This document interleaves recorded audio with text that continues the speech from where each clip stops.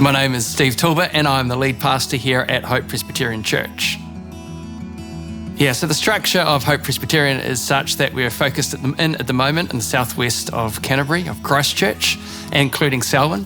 We have sites in Hornby and one site out at West Melton, Halka, and also here at Rolleston where we're based today. So we started our building project way back in 2017. We had 3 projects on the go. The first one was to build a training centre with our global partners over in India. That was what we felt God had placed on our heart. The second project was one out at West Melton where we had a refresh and an addition to the auditorium at that site. And then lastly, it was a Greenfields building site here at Hope Presbyterian Rolleston. We do have another one which we're about to be looking at and kicking off, and that's a revitalisation and a refresh at our Hornby site. So it's been 2017, it's been a long time that we've been in this process, but we've seen God's hand the whole way through it. The vision behind Hope Presbyterian is this idea of building hope in a broken world. And so in the positions and places that God has called us, we've experienced His call to expand beyond what we're currently doing. We've recognised His call for us to expand the tent pegs and to follow His leading as we've looked to step out and do that. So that's our vision, that's our hope. And it has just so happened that wherever God has placed us, there has been this boom within the population of the suburbs or the area. And it's required us to be prepared to stretch, prepared to grow, to learn along the journey, but to see the ministry meet the demand of the demographics and the people that are coming to these regions to make their home here. I guess the DNA has always been outward looking, to be reaching out into our community for Hope Presbyterian Church, which started at our Hornby site. They've always had a huge heart for that, and it's just continued to be demonstrated by reaching out to West Melton in about 2008, 2009, planting Rolleston in 2011. And you can say, what did we do to enable that heart to be expanded? I would probably point us to the Lord and say, what has God been doing in the hearts of the people? I think it's His Spirit that has been drawing a group of people together that have a heart to reach out into their community and communities where they may not have yet had a presence. And so it's God's Holy Spirit, I think, that's been doing the expanding of our hearts, and that's been exciting to watch over the years. The specific words that we've felt here for Hope Presbyterian Rolleston is the building and that this land is based on is actually the old radar site for the planes that used to fly into Christchurch Airport. And so it was a beacon to help guide people home. And so we really felt this idea and God impressed upon us that this is to be a beacon of light within the community to guide people home into a relationship with Jesus Christ. And so that's been one of our driving motivating factors here at Hope Presbyterian Rolleston. And identifying, for example, out at West Melton, the church is located on what we've termed 3 Spirit Corner. So you have the bar, the pub, you have the petrol station, and then you have the church.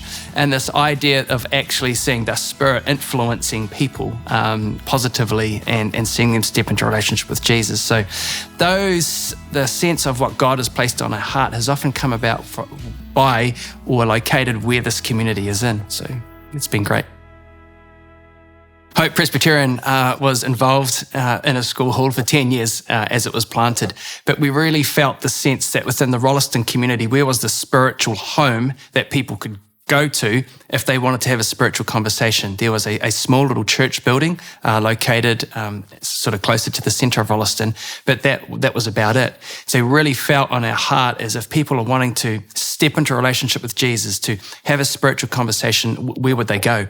And so that was part of our motivating factor too, is to create a home, to create a heart, and to create a legacy, a spiritual legacy for this community and for the generations that would come through these doors. And since that, we've actually seen that vision and that heart being fulfilled. We have endless people walking into this place who are wanting to use the auditorium for prayer. And when we ask them, do they have a relationship with Jesus, that they're not sure. They just know they need to come to a place where they can experience a spiritual conversation and they want to pray. So the team here do a great job in stepping into conversations about Jesus Christ and the hope that they can have in Him, which ties nicely into our building hope in a broken world vision that God has placed upon our heart. Yeah, so we have a lot of outreach opportunities. There are a lot of community activities that happen here, a bit like other churches around the region. We have an op shop, which draws a lot of people in. At the same time, we're running a cafe, so they would come into the church and have prepared to have a conversation with people. So we have people in this space who are ready to reach out as people from the op shop come on over. We have English as a second language, so global friendships, opportunities for people to step out in regards to learning English. The greatest demographic that is growing here is Indians and South Africans. So there's a lot of opportunity for us to make people feel warm and welcomed in a new community. So that's some of the things that are sitting alongside the Christian presence here. We have a couple of trusts that we're involved with, youth, social agencies, as well as Tumanako, which is an alternative education school. So one in Hornby, one out here at Rolleston, that is helping youth who are maybe not finding their way at school, our last chance education, to see them put into training or be able to be reintegrated back into schools. Yeah, so the size of this property is about touch under 8,000 square metres. It was purchased, I think, in about 2017, the land for about $300,000. And that's an amazing story. A member of the congregation said, we'll buy the land and the church can buy it off us when they are in a position to do so. And it had gone up a lot in value by the time we were in a position to purchase it, but they gave it to us for the purchase price that they did many years ago. So that in itself is a wonderful story. The building here is, I think, about 1,100 square metres, and it cost $6.3 million to see it completed. Raising money is always a bit of a challenge. One of the things that we have always tried to do is be really God-led in that space. I would remember driving up and down the road, which is the main road, one of the main roads here in Rolleston, and seeing the building being constructed, knowing what the bank balance was for that building, and doing a Moses prayer and saying, God, this is your name on the building. This is not my name. This is your name. So I'm looking to you to prove yourself trustworthy, not for me, not for this church, but actually for the community, to know that you're a God who moves and a God who is sovereign. So within that, it was very prayerful. Every element of our fundraising was prayerful. We were privileged to be able to have a couple of significant donors who really kick-started the process for us, as well as the Alpine Presbytery. They came on board and they donated $1 million to the project, which enabled us to really get a bit of momentum. But I think the key thing for us is that we really felt God say everyone is to play a part. And so we created lots of opportunities regularly for everybody to be able to play a part. We had a 100 club. We were saying, well, if 100 people gave $1,000 each, well, there you go. And just little ways that the children and youth could step out and be a part of what God was doing through this fundraising process and by building this building. But we have noticed it's been the regular, ongoing, small contributions that have continued to come in that have got this project over the line. And so I think every building project, everybody can play a part of. The capacity for the auditorium is about 425 people. Financially, for financial reasons, we actually did shrink that a little bit in our pre-planning, which I'm really disappointed about. Because we've seen God move amazingly with his provision and his resource. And I think that original plan would have been able to be fulfilled. But it has meant out of that has come another wonderful opportunity, and that has been to move to 2 services. So now we have 2 services of about similar size happening on a Sunday morning. We continue to think about what the next service might look like here for the Hope Rolleston site as we continue to reach out into our community. We've had some amazing stories of the way with which young people and children have stepped into this church. Actually, a number of families who have not had any faith background have actually begun to be a part of the faith community here at Hope Presbyterian Rolleston, because it's been their children that have suggested that they go to church. It's been their children that have woken up in the morning and said, I feel like we should go to church today. It has been the children of the local schools where 24/7 workers are in that are saying, Mum, Dad, there's something here we need to go and investigate. And so it's seen a big influx of families from the community coming because their children and young people are feeling the call of God. And that seems to be replicated not just here, but up and down the nation, as the Holy Spirit is doing a new thing within New Zealand and further afield as the next generation are being called into a relationship with him through the power of the Holy Spirit. So that's been really exciting. Youth groups are booming, and it's all because God has his hand on that next generation and he's calling them into a relationship for us. And so this church building for us has been about a legacy and going, how are we going to continue to support the next generation of Christian leaders, of faith, of Christ followers to impact their community? So that idea of legacy is starting to be outworked too. The journey of faith when it came to raising the finances has been huge, and it's been a great learning for me. I was stepped into the lead pastor role halfway through this project before the funding for Rolleston came on stream. So, I inherited this building project and so grateful to be able to have been a part of it. But when we started the $10 million projects across the board, we had less than $500,000 in our bank account to step out with. And so this was a huge step of faith for us as a faith community. But we really felt that God had impressed upon us to take each step at a time and just to walk with him.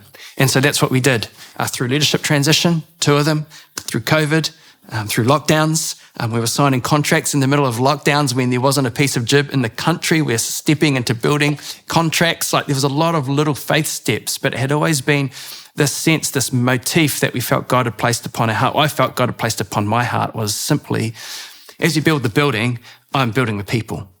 And so it wasn't actually the building that God was interested in. It is what he was doing within us as a people.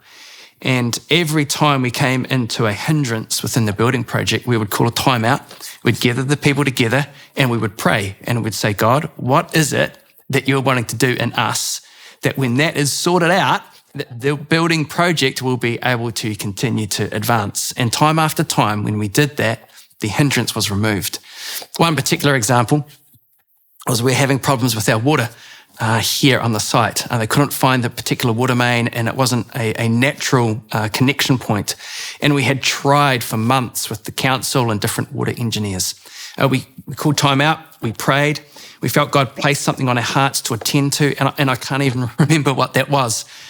But a couple of days later, some random person was driving down the road, saw the water engineers trying to fit out and figure out what the water was. He stops and says, oh, I was the one that installed this water main. I know exactly what needs to happen. He gave them the answer, and within a day, we were back on track. So just those little moments are faith building, as God says, just take each step with me, and I won't let you down. I will fulfill my promises. Some people would say Jesus preached out in the fields, but also Jesus went to the synagogues where people would gather, and that's where he started in his ministry as a 12-year-old, where he got up and he preached, and people were like, wow, who is this little fella? There's a gathering point that our communities are used to having. It might be the village square. It might have been the cathedrals in the old days. It might have been the pubs in more recent times. But actually, the community needs a gathering point. They need a place to go, especially when there's a spiritual hunger and a longing that is beginning to develop. And, the faith and belief survey is showing that 75% of people are prepared to have a faith or spiritual conversation when they're going through a traumatic life event. So if someone's going a traumatic life event and there isn't that spiritual hub, where do they go to have that conversation? And so we've really enjoyed being able to create that community place where people can come and engage in those conversations. When Rolleston was planned, it didn't actually have a church or worship centre built within its framework. The elder that saw the expanding possibilities and potential for Rolleston knew that it needed a spiritual home. And so they were in a position where they were able to purchase the land, not just for us as a church, but also for the Christian school. And so we're right next to the Christian school out here in Rolleston, which is a pure joy as well. But it's been significant for us because a lot of times in the old days, it would be the church that would be the centre of the community. And in New Zealand, we've moved away from that. But if you were to take the Rolleston boundary and draw between one corner to another, the intersection point is this space here, where the Christian school and the Christian church is. And around us, there's some wonderful churches in Rolleston that are doing wonderful things. And so you've got this little spiritual hub that is being developed, and we work closely with the other churches to see this community impacted. And it does take guts. It does take resources. It does take a bold, courageous step of faith. It does take obedience to the Lord. And it does take this sense of knowing that God won't let us down. It's been a joy to be able to have been a part of that. But why are churches needed in the centre of the community? Because hope is needed. That's why churches are needed. Grace needs to be expressed. Love needs to be felt and received from God. From that point, people become fully alive in who they're made to be. The courage of the people here at Hope Presbyterian has just been amazing. That they're a great team, they're prayerful, they are mission-centered, they long to see people come into a relationship with Jesus, they long to see people develop in their relationship with Jesus and be discipled. And the courage that they have expressed in regards to these projects has just been phenomenal. They have gathered in all times of the day to pray and commit this to the Lord and to pray for his resources. They have been prepared to make decisions in the middle of COVID about signing building contracts when things were completely up in the air, when resources were scarce. They have been prepared to step into the financial requirements when we had $500,000 in our bank account for a $10 million project. And they have taken that courage of saying, we know God will meet us there.